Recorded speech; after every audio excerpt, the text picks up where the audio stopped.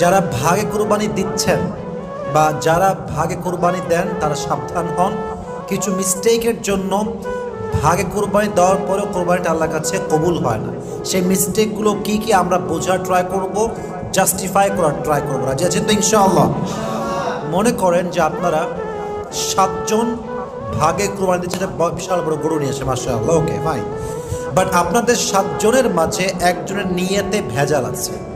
তার নিয়ত হচ্ছে লৌকিকতা, শো অফ, তার নিয়তটা ইখলাসের সাথে নয়।